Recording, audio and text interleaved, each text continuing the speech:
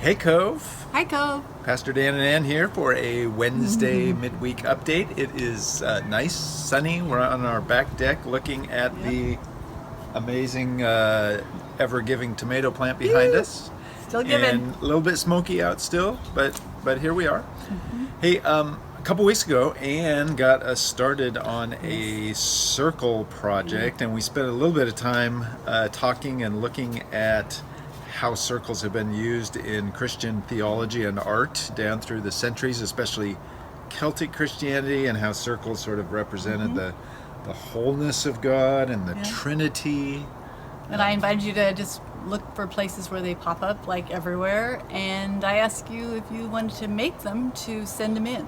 And so I want to show you a little video that's going to explain where it's going and the deadline. And here we go.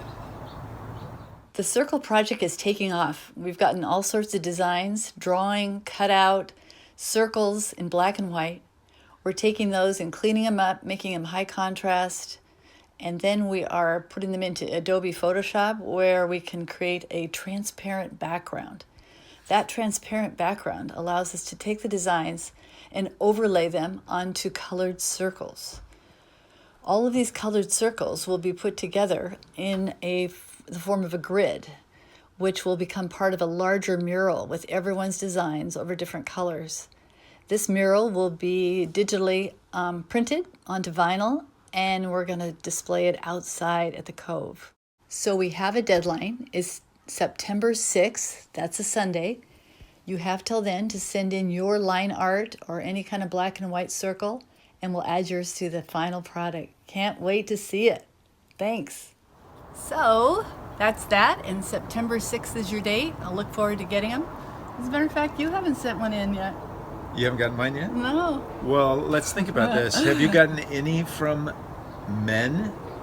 No. I've gotten some from boys and girls and women.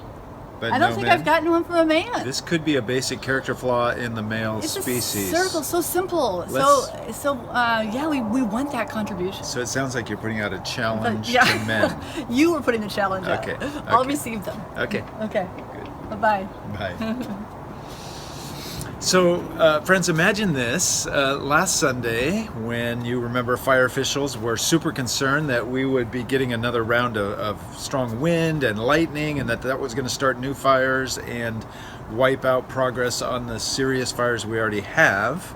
I actually know a number of people from the Cove, including Ann and me, and a number of other friends around the country who were praying against that possible weather system, praying that it would dissipate or go around us, or that the lightning would only go where there already were fires.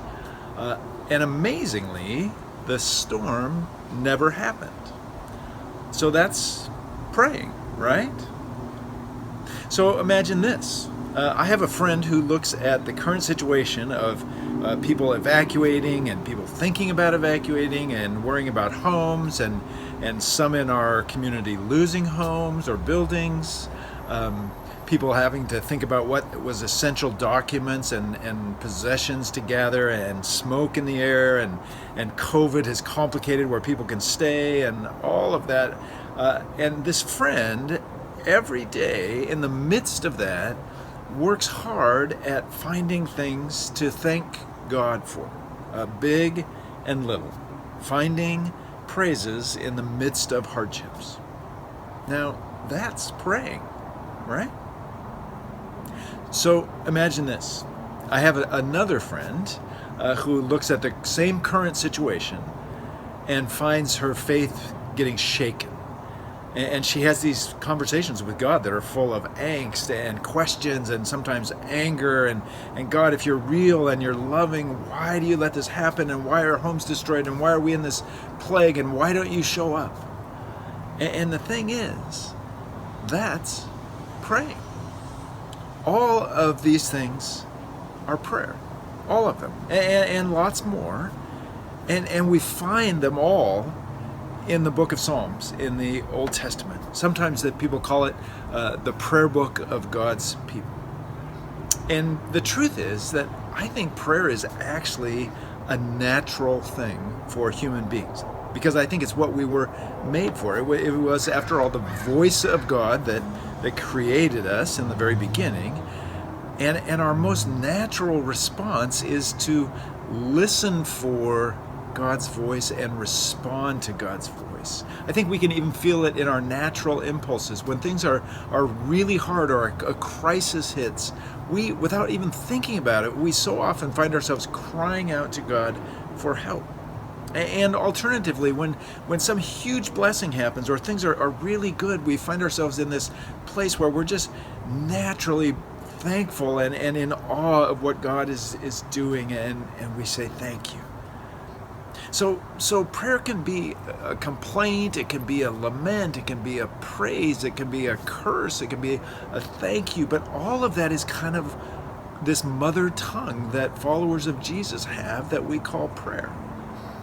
And the Psalms seem to say that God invites all of these kinds of prayer because it's part of a conversation, part of a relationship.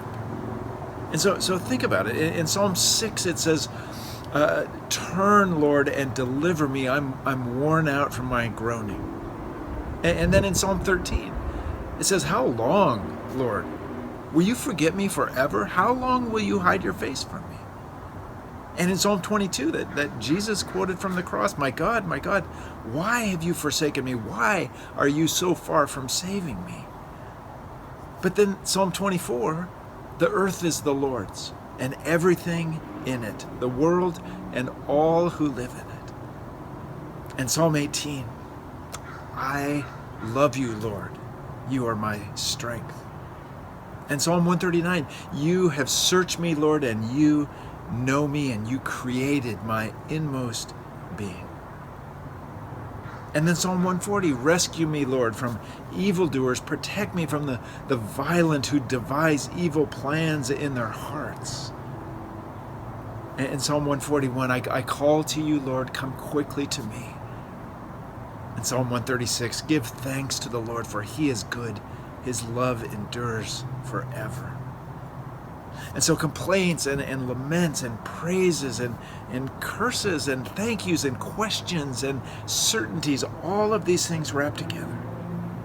And my encouragement for you, friends, in this week, in this kind of wild set of circumstances, no matter where you find yourself or what you feel or wonder about, just take all of that to the Lord and talk, listen, converse, because that's what praying is. And then we'll watch and see what God will do. Who knows? He may even cause lightning and wind to hold off. So, Cove friends, that's it. That's the midweek update. That's what we're working on and thinking about. One quick reminder is that this coming Wednesday, September 2nd, a reminder that we're going to try a in-person, live, outdoor, little worship time in the evening on Wednesday evening, 6:30 out on the lawn at the Cove. We're going to require masks. We are going to require distancing. You can read more of the details in the Friday connections, but I think it'll be a great chance for us to safely be together. There's no pressure in that. If you are in an at-risk population at all, you don't have to at all feel like you need to come, but we're going to just try it out and see how that works.